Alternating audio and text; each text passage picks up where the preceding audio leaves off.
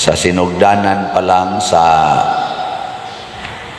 pag-anhi ni Kristo sa kalibutan, iya na ginang gihimong tema nga matapos gyud ang tanan. Kining mga nindot nga atong nakita, way usa ka bato nga magpabilin sa iyang nahimutangan. Unsay tan-aw ninyo sa ato rong simbahan, nindot o bati? Mabungkag ra gid ni. Moabot ra yung panahon nga mawa ning tanan. Lingi ay mong tupad. Nindot og naong o bati? Nindot? Malata ra gid na. Wa gyoy mahibilin ana bisag usa ka buok pilok, bisag usa ka buok buhok, mga tangtang gid na tanan. Tuod ay kag magpabili na, bisag unsaon imong inom og tambal, bisag unsaon pa nimong pamintin kunuhay anay mong lawas, hala exercise gyud, mawa ra gid na sa madugay sa madali. Og mausad nay mahitabo sa kalibutan. Nakaron ang pangutana, mahadlok ba ka o dili? Kinsa dinhi ang nahadlok nga matapos ta sa kamot? Nahadlok ba nga matapos ta sa kamot? Istoryahe.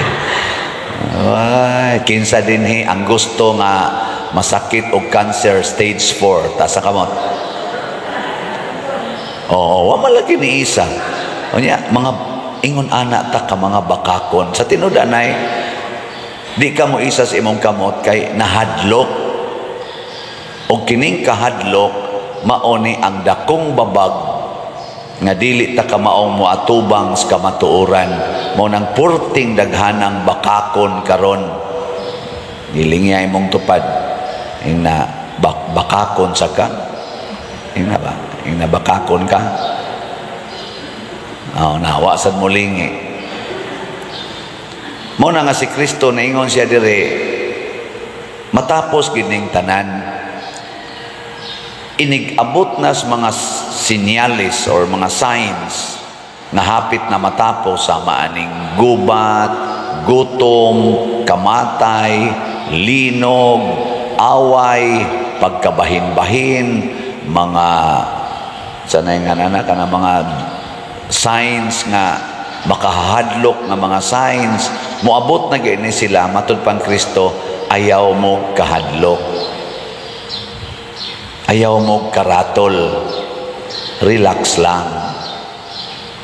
Ngayon sa man aron di ta mahadlok, mo focus kita sa pagtuman sa pulong sa Ginoo. Kanara gyud. Anang inigingos Ginoo kun tamparuson imong pikas aping, ipasagpa lang sang pikas, tumana na.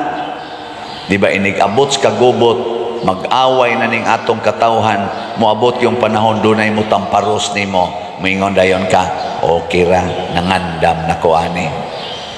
Di ba? Pareha karon hitabuan ang ato diha ro mga government officials na naman sila yung mga gitawag og away diha. Tinamparusay naman na sila diha. Words lang o sa ilang gigamit. Mga paana magtamparusay o aktual. Pinatyanay naman na sila diha. Sige nagpinatyanay pero words pa lang. Words pa ba? Patay ko no sila. Kung sa may buhato na to, mangandam na tandaan. Giing na nagutas Ginoo. Sana? Pasaylua ang nakasala o kapituan kapito. Kung dunay tao nga mudaot nimo, basli siyag pag-ampo. Di ba? Napadyoy giingon, conquer evil by doing good. Di kung kita usa ta ka Kristiyano, usa ka magtotoo, di na ta maratol anay. Kana bitang reportan ko padir, gibas ka sa social media na ay daghang ning kuani mo ning saway sa imong giwali. May orasad ko nga bulahan kamong mga gilibak, gidaot o gibutang-butangan sa tanang matang sa kadautan. Di ba na yung Kristo? Naman na sa 8 Beatitudes. paglipay kamo kay dako ang inyong ganti didto sa langit. Kay kani akong giwali dinhi. Naningkamot man gyud ko nga ang kabubutos Ginoo mo'y akong iwali. Nya naman gi masakitan. Kristo gani nga perfect itong iyang pamaagis pagwali. Kay wa gito siya isa gilansang magani sa cross. Kani na bang nagwali karon nga 14 daghanang saan ni. Di ba? Lain na sang lingi si mong tupad. Ang di mo lingi, iya siyawa. Ing na, okay ra kag dauton. Ing na ano ba? Okay ra kag dauton. Wala. Hindi ka okay, patay ka diha. Daghan na to, gusto gyud nga daigon. Daghan na to, gusto gyung dili masakit. Gusto gyud nga way kasakit. Gusto gyud nga dili mamatay. Mga sayop ni siya nga mga panghuna-huna mo nang giandam tas Ginoo. Diri sa atong unang pagbasa gibutang diri nga naa gid ay suguon nga mga anghel ang Ginoo aron tapuson ang kalibutan, galabon, anihon. Pero dunay duha ka klase sa butanganan inig-ani. Dunay kalayo na adto dito iiksa ang mga way kapuslanan, ang mga sagbot. Nya duna sa ikamalig nga adto tigomon ang mga uhay sa trigo, ang mga mabungahon ba. Karon bitaw sa kagubot sa atong kalibutan, kanunay gid silang magsigig hisgot aning balaod. Balaod ba? Mao na nga ug di ka makontento aning balaora, mangita kag laing balaod. Importante kaayo ang balaod. Pero ang labaw sa tanan mao gyud ang divine law, ang balaod Dios Ginoo. Kana gyud magsigitag himog mga balaod dinis ubos, makatabang gid na siya. Pero kinahanglan gyud nga balaod sa Ginoo. Mo nang ako lipay kay ko bisag gamay ra jud kay kog nahibaw-an aning atong Philippine Constitution. Unsa mo itong existing Philippine Constitution 1987, no? 1987 Constitution. Unsa gito nay starting line sa atong preamble? We, the sovereign, sunod. Mas gamay pa man imong nahibawan. Ako sukad pag yun ko sa una, pagkabati na ko ana, di gina na ko kalimtan kay mga Katoliko manggutagod. Nya ang atong nasod, Katoliko man kayo ni, or Kristiyano man kayo ni, mga 80-85% Christians man gining atong kuan, nasod. So far, ambot ka karon o baka malusnog maayo. Gibutang gina diha, imploring the aid of the Almighty God or divine providence. Ako pasalamat kay kuana kay nanukad gyud ang atong Philippine Constitution imploring the aid of the divine God or imploring the aid of Almighty God. Kanindot gyud ana kun ato lang gyud na siyang bang tumanon ba? Mo nang moingon jud ko karon kamo naggubot naman tag maayo. Kitang mga tao, kitang mga nakalampos og eskwela, labi na gining mga nag-eskwela nga mo protect sa atong konstitusyon. Please revisit. Unsa may gahom aning atong Philippine Constitution karon masulbad gining atong problema. Masulbad oy. Apila ng pagbaha sa atong palibot og magbagyo. Sulbad gid na basta lang atong kanibang pahimugatan og seryosohon natong tuman ang atong Philippine Constitution. Kay maminaw gud taning atong mga leaders karon kung sila lagi itong paminawon maglibog na ta. Maglibog ta. Muna nga ako malipay ko na ipipila na itong mga leaders nagsigig ingon Basahang konstitusyon. Panalipdi ang atong konstitusyon. Isalikway ng mga tao nga wa na magtuman sa atong konstitusyon. Di ta mutuman ang mga tao nga di na kamaong mo protektar sa atong konstitusyon. Kay kani magong atong Philippine Constitution mao ni maghimo nato nga sovereign people and united people. Kana lang gibutang des constitution nga maghimo kuno tag humane, humane society, just and humane, just and humane society. Sa to pa nakasentro sa hustisya. Mo nang gahimo dayon tag tulo ka branches sa atong government. Unsa man toy tulo ka branches? Executive, legislative, judiciary. Kung saan ni sila? Mga check and balance sa atong balaod o sa atong mga operations. Check and balances. Karon naghanak ni Akyos nga gimonopolize kuno sa usa lang ka branch. Dunay usa ka branch nato karon nga niak na sad siya as if it were the other branches. Maglibog na ka kinsay executive, kinsay legislative o kinsay judiciary. Anya unsa na nato? Balik ta sa konstitusyon. Labi na ginang gibutang diha nga kita kunong tanan mo enjoy sa equal exercise of our Bill of Rights. Ninduta ana nya di ay uban diri giyatak-yatakan.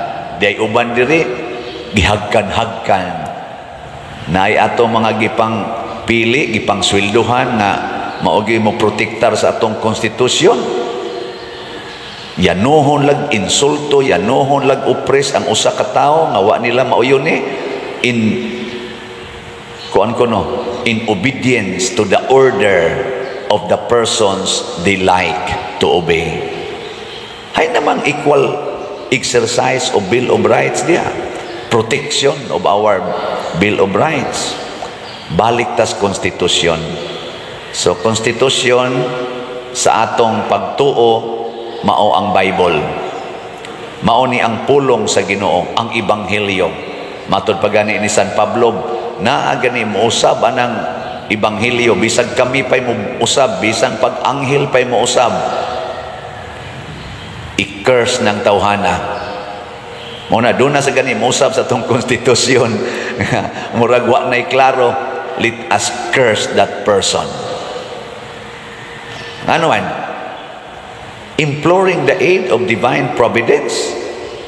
Wa na siya magsunod sa divine providence or divine guidance or wisdom. Nagsunod na siya, curse that person. Kaning ebanghelyo nga nagingon, higugmaa ang imong kaaway, kinsa ninyo dinhi ang mutuman gid ani tasang kamot. Aron di mo ma-curse. Sige na. Gusto mo ma-curse? Ako tuman ko ani, kamo tuman mo. Mo na hunungan na ng away.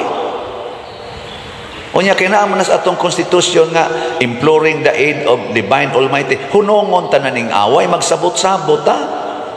Magpaminaway. Dili magtinulisukay. Di ba? Naaman sad na sa atong ebanghelyo nga higugmaa gid tong mga kabos ang labing ubos, higugmaa og alagari ang labing ubos. Kinsa ninyo dinhi ang mutuman ana tas kamot. Ma-curse gid mo og mingon di ko. Ana. Sa ato pa ang labing ubos na turon, tukuranan man natog balay. Sa ato pa, magsige kitag palit og CTUMM. Ani atong slot, no? Sige, ako mong tagagamayng update ha. Aron sa mo makakita. Salamat sa nagsigig palit. Ang atong CTUMM na natay halin nga 55,172 ka slots. 14,828 slots na lang yun ang nahibilin. Tag 100 pesos per slot. Atong pakpakan ang namalitan nakatuma na mo sa atong divine constitution, serve the least ones. Ang ato sang SBF dag, ibayad tani sa atong mga contractors, manhuman na gamay kayog halin. Tag 500 pesos ni, naapay 15,549 ka slots na available.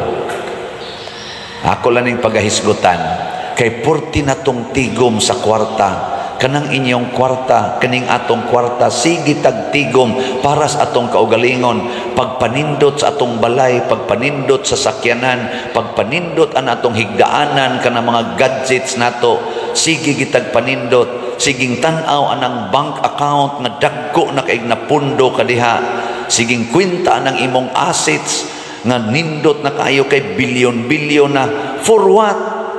Matod pa ni Kristo, why usa ni ining bato nga ibilin, matumpag ning tanan, mahanaw ra ng imong bank account, mahanaw ra ng imong balay, mahanaw ra ng imong mga beauty diha, mga gadgets nimo, mahanaw ra na. Unsa may di mahanaw? Ang imong binuhatan. Because at the end, after this life, kay mga matay man kita, hukman ta sumala sa atong binuhatan. Wa gilain, kana ra gyud magpabilin. Di na mo hukom ikaw nindot makagsakyanan, tag 23 million man na imong sakyanan, bulletproof pa gyud, ari kas langit. O pa gani siguro insakin ng imong sakyanan padong sa impierno, tanaw na to, di ba na matunaw dito sa kayos impierno. Ikaw kay nindot man kay kagnaong, gastuhan man ginani mong imong naong og maayo, halari kas langit. Wow, dili oy. Kay gabot na to dito, malata na ng imong naong. Sige, last na lang lingi sa imong tupad be. Lingi ingna di na ko mawili nimo. Ingna din ako mawili nimo. Ingna unsa naman imong buhaton, di naman ka mawili niya, di naman ka ma-attach niya, ing na lang siya, gikan karon, din ako mawili nimo, mahigugma na ko nimo. Kay kana magong taong nahigugma will always sets free the beloved. Dili na siya possessive, sets free the beloved. Nya unsaon man nimo paghatag og freedom ang imong beloved? According to God's constitution, according to God's way of freedom, the freedom to do good and the freedom to hate evil. Mao na siya tinuod nga freedom.